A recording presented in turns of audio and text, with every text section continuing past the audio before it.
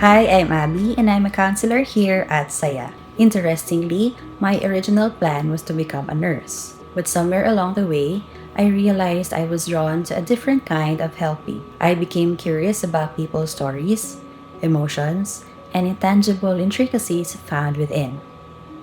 That curiosity eventually led me to psychology and counseling, and honestly, I've loved it ever since. What I enjoy most about counseling is that it feels like a two-way street. Growth happens when both counselor and client show up genuinely and truthfully. I value creating a space where people feel safe so that they can be honest and true. Seeing someone slowly understand themselves better, feel heard, and move toward healing. I think that's the most meaningful parts of this work for me.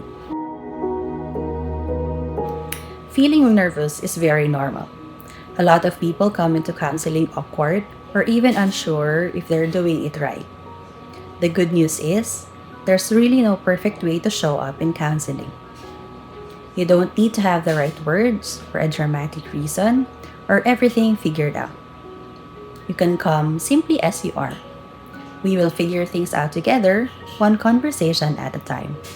That's actually more common than people think. Sometimes, people only know that something feels heavy, confusing, or different. Counseling isn't a test where you need perfect answers. Usually, the first session is really about getting to know you. We'll talk about what brought you in, what's been on your mind, and what support might look like for you. There's no pressure to dive into everything immediately. Think of it as a conversation where we slowly begin to understand your story and what matters to you. You are free to take your time. Counseling isn't about forcing anything before you're ready because trust and comfort matter, and those things take time to build. You get to decide what feels okay to share and when.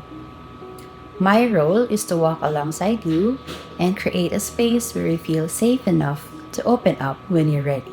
You don't have to wait until things become overwhelming before reaching out for support.